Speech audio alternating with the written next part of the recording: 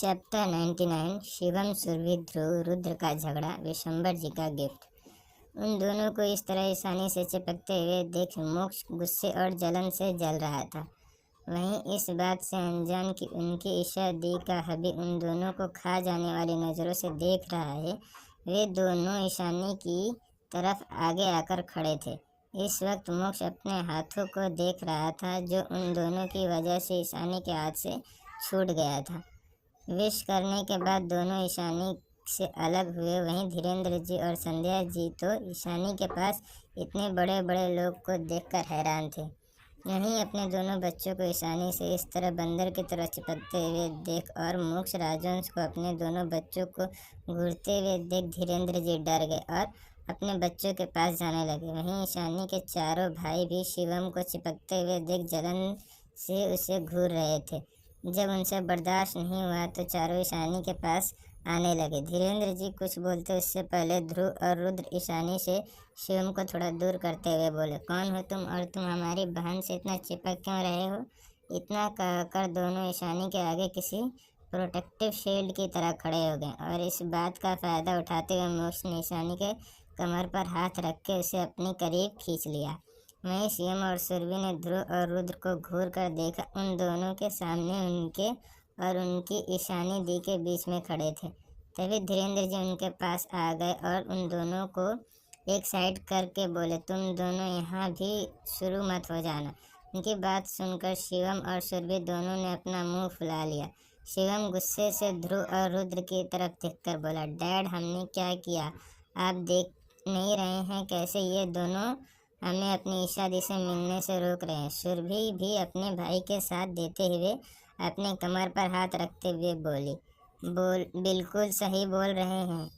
आप इन्हें कुछ क्यों नहीं बोल रहे हैं? देखिए ना इन दोनों को, ये हमसे हमारी ईशा दी को अलग करने के लिए आए हैं। उनकी बात सुनकर धीरेन्द्र जी और संध्या जी ने अपना सिर ही पीट लिया। ये दोनों उनके बच्चे उन्हें किसी दिन ज़रूर एक बड़ी मुसीबत में डाल देंगे। वहीं उन दोनों की नौटंकी को देखकर तो इस बार ध्रुव और रुद्र अभिवेद की भी हंसी आ गई। उन दोनों को समझ आ गया कि दोनों मासूम नादान बच्चे ईशानी के लिए उनके साथ लड़ाई करने से भी पीछे नहीं हटेंगे। वहीं ईशानी को भी शिवम और सुरभि की मासूमियत पर अपने लिए प्यार देखकर प्यार और हंसी दोनों आ रही थी। उसने मोक्ष को देखा जो अभी भी शिवम को गुस्से से घूर रहा था। ईशानी उसके हाथ पर हाथ रखकर बोली, उसे घूरना बंद करो, अभी हुए बच्चा है और मेरा मासूम भाई भी। इसकी बात सुनकर मोक्ष ने ईशानी को देखा। उसे हैरानी हुई कि ईशानी ने उस लड़की की तरफदारी की, क्योंकि ईशानी तो उसके सामने कभी अपने भाइयों की तरफदारी भी नहीं किया करती थी। ये सोचकर मोक्ष और भी जलन होने लगी और वे मोक्ष ईशानी के कमर को पकड़ते हुए बोला, तुम अपने हबी के सामने किसी की तरफदारी नहीं कर सकती, समझी? मोक्ष की जेलसी देखकर ईशानी को हंसी आ रही थी। वे मोक्ष के हाथ पर हाथ रखकर बोली, बस ये जानो कि वे मेरे लिए बहुत खास है। मैं उसे अपने छोटे भाई मानती हूँ। ऐसा जान लीजिए कि उसने पहले कभी मेरी मदद की थी जिसकी कीमत मैं चुका नहीं सकती। अपनी बेबी डॉल की बात सुनकर मोक्ष को समझ आ गया कि सच में शिवम को उसकी बेबी डॉल छोटा भाई मानती है। उसे जानना था कि शिवम ने इसी क्या मदद की थी जो उसकी बेबी डॉल उसे इतना पसंद करती है। उसने अभी कुछ नहीं पूछा और बस सामने के सीन को देखने लगा, जहाँ पर अभी भी शिवम और ध्रुव और रुद्र से ईशानी को लेकर झगड़ा कर रहे थे और बाकी सब भी ये सीन देखकर काफ़ी मज़ा आ रहा था। सबको पता चल गया था कि ये दोनों बच्चे धीरेन्द्र जिंदल के हैं, जो उनकी तरह बहुत बड़े बिजनेसमैन हैं जिनकी कंपनी इंडिया के टॉप 10 के लिस्ट में आती है। धीरेन्द्र जी को भी पता चल गया कि ईशानी मेहरा फैमिली की बेटी है, पर बाकी सभी फैमिलीज भी उन्हें प्यार करते हैं और उन्हें अपनी बेटी मानते हैं। वहीं साइड में खड़े सुकेत जी, आरती जी, समीर, दर्शित, रिहान और अयान भी ये सब देख रहे थे, कैसे सभी ईशानी के लिए लड़ रहे हैं। यह देखकर तो उन्हें बहुत ज़्यादा पछतावा हो रहा था कि क्यों उन्होंने पहले ईशानी को इसी तरह प्यार नहीं दिया। अगर दिया होता तो आज वो भी ईशानी को इसी तरह से रहते। वहीं प्रिया तो उनके पास खड़ी अब तक उसने रो रो कर अपनी आंखें लाल कर ली थी। सुकेश जी और आरती जी जो और बाकी भाइयों को थोड़ा बुरा तो लग रहा था, पर सच आज नहीं तो कल सबके सामने आना ही था। तो ये आज सबके सामने आ गया तो उसे समझाने के अलावा कुछ कर भी नहीं सकते थे। अपनी फैमिली की अटेंशन पाकर प्रिया को थोड़ा अच्छा लग रहा था, पर कुछ देर में सबका ध्यान फिर से ईशानी की तरफ चला गया, जिस वजह से प्रिया को गुस्सा भी आ रहा था और बुरा भी लग रहा था। ईशानी को सबका अटेंशन मिलता देखकर प्रिया के अंदर जलन, गुस्सा और नफरत बढ़ रहा था। वहीं बाकी सारे मेहमान भी हैरान थे ये सब देखकर कि कैसे सारे परिवार के बेटे ईशानी के लिए लड़ रहे हैं। प्रिया के सारे दोस्त भी हैरान थे। वहीं महाजन फैमिली तो बस चुपचाप खड़ी तमाशा देख रही थी। अब तो प्रिया के बारे में सबको पता चल गया था और अब शायद प्रिया की नकली राजकुमारी वाली आइडेंटिटी पता चल गई थी। तो सब उन्हें यही बोल रहे थे कि वे लोग कितने महान हैं जो वे एक अडॉप्टेड बेटी को अपनी बेटे की शादी करा रहे हैं, जिस वजह से राकेश महाजन, मोहिनी महाजन और रोमिका को गुस्सा आ रहा था। आगे उनकी फैमिली की इसी तरह मजाक उड़ाया जाएगा। वहीं राहुल तो एक नज़र प्रिया को देख भी नहीं रहा था। प्रिया के रोने से उसे कोई फर्क नहीं पड़ रहा था। वे तो ड्रिंक कर रहा था और ईशानी को कैसे अपनी ज़िंदगी में लाए बस यही सोच रहा था। वहीं दीप्ति को भी अपने दोस्तों के सामने मोक्ष को इग्नोर करने की वजह से बेइज्जती हो गई थी, जिस वजह से वे उसे बहुत गुस्सा आ रहा था। मोक्ष उसे एक नज़र देख भी नहीं रहा था और वे चाहकर भी मोक्ष के पास जा नहीं पा रही थी।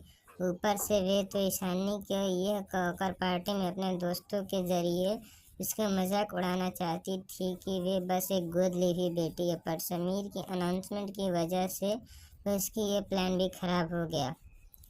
अब जब ईशानी इस मेरा फैमिली की असली बायोलॉजिकल बेटी है तो वे भला क्या बोल कर ईशानी को चिढ़ाएगी। ऊपर से ईशानी के साथ इतनी स्ट्रॉन्ग सपोर्ट और बैकग्राउंड भी है, जिस वजह से वे इस वक्त ईशानी से पंगा नहीं ले सकती थी, क्योंकि मोक्ष ईशानी को एक पल के लिए भी छोड़ नहीं रहा था। ऊपर से ईशानी के आने के बाद सारा टेंशन उससे ही मिल रहा था। वहीं वीरेंद्र रहाणे तो डर से हालत खराब लग रही थी। देवेंद्र जी, अविनाश जी और विशंबर जी के अनाउंस की वजह से तो वे ज़्यादा डर गया था कि कहीं ईशानी उनकी सबकी दीप्ति के बिहेवियर के बारे में उन सबको बता ना दे। अगर ऐसा हुआ तो वे सब बर्बाद कर देंगे और इस बार तो राजवंश फैमिली भी उसकी मदद करने के लिए आगे नहीं आएगी, तो ये क्या करेंगे। वहीं थोड़ी देर बाद दोनों के लिए केक पार्टी हॉल में आया। प्रिया का तो केक काटने का मूड भी नहीं था, क्योंकि अब तो उसकी बहुत इंसल्ट हो चुकी थी। उसने सोचा नहीं था कि उसकी सारी प्लानिंग जो उसने किया था वे सब इस तरह बर्बाद हो जाएंगे और आखिर में उसे ही शर्मिंदगी उठानी पड़ेगी, जो बिना मन के केक के पास खड़ी हो गई। वहीं थोड़ी देर बाद ईशानी के लिए केक लाया गया, जो बहुत यूनिक था, जिसे देखकर सारे मेहमान हैरान थे। ये केक सारे फैमिलीज ने और डैड दादी ने मिलकर ईशानी के लिए बनवाया था। उसे स्पेशल तो होना ही था। ईशानी के पास खड़े थे सारे फैमिलीज और दादा दादी, सारे भाई खड़े थे जो उसकी केक कटिंग करने का इंतज़ार कर रहे थे। प्रिया को देखकर ईशानी से और भी ज़्यादा जलन होने लगी। उसके पास सिर्फ सुकेश जी, आरती जी, रिहान, अयान और कुछ दोस्त खड़े थे। यहाँ तक कि समीर, दर्शित भी ईशानी के साइड खड़े थे। सुकेश जी, आरती जी, रिहान और अयान को भी ईशानी के पास खड़े होने का मन कर रहा था कि ईशानी उन्हें देखकर शायद खुशी नहीं होगी, इसीलिए वे वहाँ नहीं गए। ईशानी ने केक कट किया, सारे मेहमान क्लैपिंग करने लगे। ईशानी ने एक एक करके सारे दादाजी को केक खिलाया। विशंबर जी ने ईशानी को गिफ्ट दिया तो बाकी सब खोलने के लिए बोलने लगे, तो ईशानी ने मजबूरी में गिफ्ट को ओपन किया तो उसमें एक और स्पेयर था। देवेंद्र जी ने अपने गिफ्ट ईशानी के हाथ में पकड़ाया और ईशानी के हाथ से उस पेपर को छीन लिया और बोले, ज़रा मैं तो देखूं किस बूढ़े ने तुम्हें क्या गिफ्ट दिया है।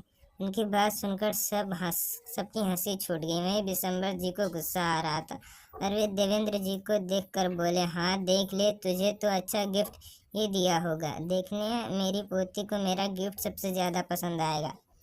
सब सुनना चाहते थे कि विशंबर जी ने ईशानी को क्या गिफ्ट दिया है, तो सब उनके पास आ गए। वहीं प्रिया ने भी केक कट किया और मॉम डैड और दोनों भाइयों को खिलाने के बाद वे केक समीर और दर्शित को खिलाया।